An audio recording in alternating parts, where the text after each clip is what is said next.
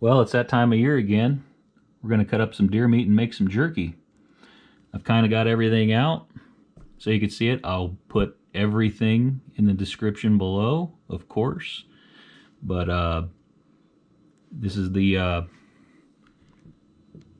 knives I'll use. Probably won't use the cleaver much, but I do use the electric. I'll probably mostly use just a straight knife blade for the most part, but I'll show you the ingredients here. Brown sugar, we got Dale's, we got soy, we got Worcestershire, we got liquid smoke, garlic powder, salt, pepper, onion powder, Tony's, meat tenderizer, paprika, all that good stuff.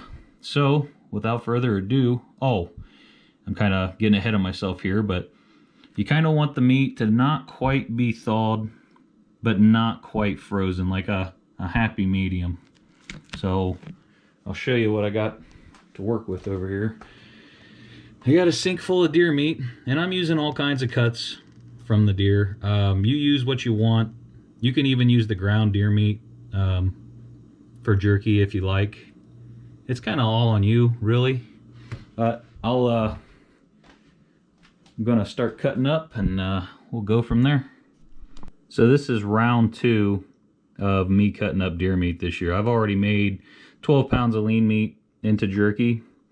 This is actually the smaller of the batches. I don't think it's quite 12, but it's definitely not 12. But we'll see kind of how the meat is. It's definitely still a little frozen. I took it out about, I don't know, 5 hours ago. So kind of just see how it cuts. Yeah, that's gonna work. All you're trying to do is make very thin cuts, and depending on what source of the part of the deer you're going to use, you're going to get bigger, smaller cuts. But I found that thinner is better, 100%. And it helps to have a very sharp knife, flat surface.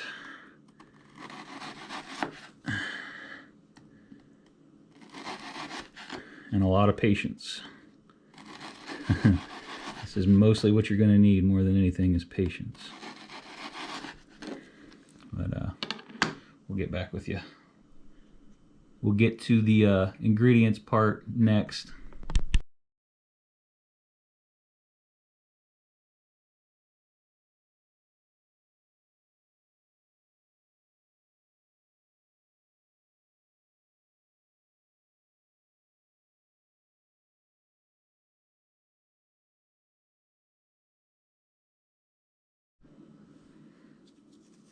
Alright, that's kind of what you want there, real thin. Try to get it as good as you can. If you got a meat slicer, great. If you don't, and you're doing just straight knife like I am, that's fine too. But you're just trying to get as good a cuts as you can get, thin, and as many uniform cuts as you can. Alright, here's what I call the roast of the deer. It's got a lot of fat on here. So I've been at it for a while. That's two gallon Ziploc bags, almost completely full with the stuff I've trimmed so far, and this is the last piece of meat. But this white stuff here, along with the silver skin, you definitely want to get that off. I've just been kind of trimming it as I go. Just thought I would show it, as the other parts I was working on didn't really have that much of it. I mean, enough of it, but not that much. But this piece here is chock full of it. I mean, it's like the whole bottom. That's all fat. You gotta trim that off a little bit. Alright, now on to the part where you really don't know until you're done cutting it all. The weighing of it. It's just a little digital scale, pretty cheap. I don't remember how much I paid for that, but they're not that much. Anyway, let's see what this bag weighs. That is going to be 6 pounds, 1 ounce. Okay. Plus Oh, let's see. Kind of do wish I had a bigger scale.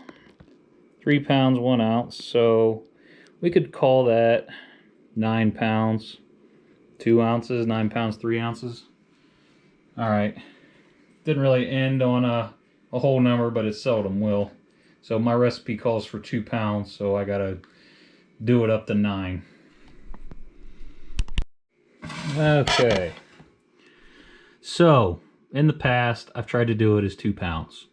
2 pounds for everything, blah, blah, blah. So, I didn't have to do arithmetic. But, I just, for this year, that 14-pound batch I made, I just did it in a big pot all at once. So, get you a big pot.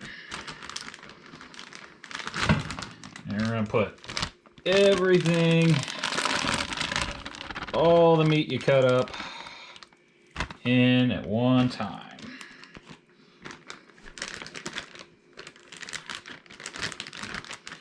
All right. It is a lot. But a 9.5 pounds of jerky, I mean, the equivalent after it dries is only going to be half that. And if you have a family of 5 like I do, it's only going to take like a week or 2 to eat it. I mean, it won't take long. Plus family and friends, and you know, I don't even try to make hardly any less than what I'm making. This would be a small batch for what I normally make. If I'm gonna drag all these ingredients out and drag the dehydrators out, I'm gonna make a decent sized batch. So now we got our soy sauce, and that's quite a bit. I mean, times 5 is what I did. Is that 1 1/4 cup? So let's pour all that in, and then we'll get on to the next thing. All right, 10 tablespoons of Worcestershire sauce, also known as Worcestershire. The soy sauce is just store-bought, store brand. I think I had some Kiko Man in there too. I think I just used up what I had left of one and filled up the other. But that works out to about, I don't know, 2/3 of a cup of Worcestershire with this amount. Pour that in. All right, next up. All right, 10 tablespoons of liquid smoke. Going in.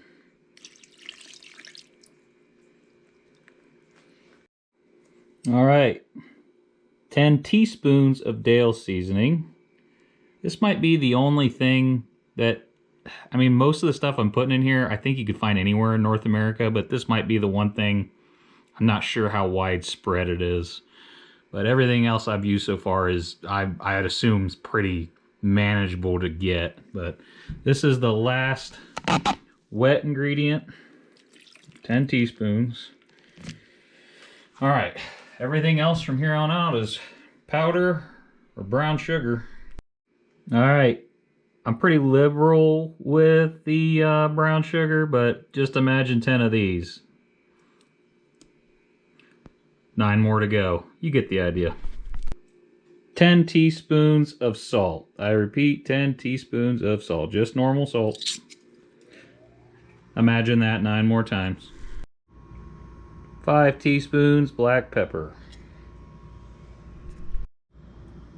5 teaspoons meat tenderizer. 5 teaspoons garlic powder. 5 teaspoons onion powder. 5 teaspoons of paprika. 5 teaspoons of this Tony seasoning. That's it. All right, well, the last part. You gotta get in here, move the liquid and powders around. I used to do this just every 2 pounds. I would do this. I'm just gonna put it all in one big pot. throw it around. You just mix until you think you got it good, you know. Everything will look brown and covered. Oh, that smells good. Look at that. It looks like a lot of seasoning, but that's because it is. I can tell you this, it will taste great. Boy, that meat is still cold. All right, we'll get to you on the next part, which will be tomorrow. I'm going to cure and or marinate this in the fridge for about 8 hours. You can go to 24, but I'm going to go no less than 8 here. One more thing.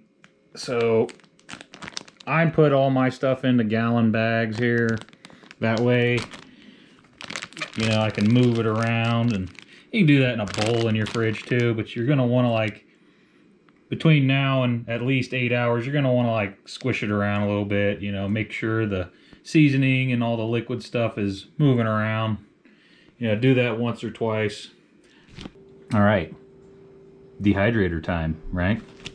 Got our back to basics garage sale pickup and our Walmart special Oster. Awesome. We just got to load these things up. I skipped the part where I roll the meat flat with a roller. I don't do that anymore. You can, but if you cut the meat thin enough, you don't really have to worry about it. This is pretty simple. We're just loading trays. Now, I think I could probably do maybe 3 to 4 pounds a go. So maybe we'll get this in 3 rounds. Maybe we won't. Might be 4 rounds. You don't really know till you're done. Let's load the trays.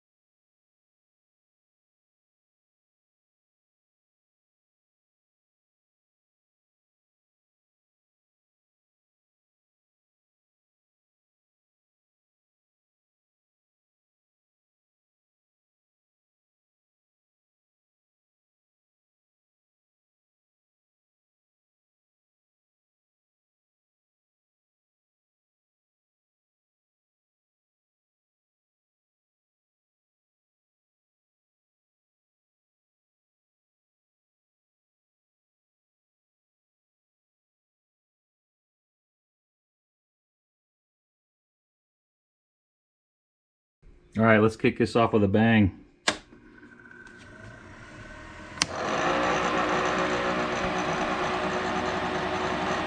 I'm gonna go 5 hours.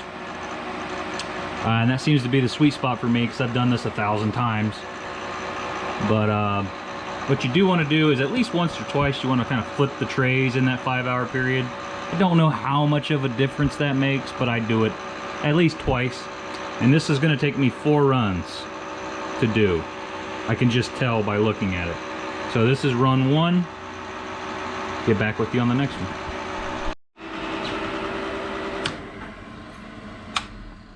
All right, about halfway through here, so I'm gonna try to do this one-handed. That's all you do.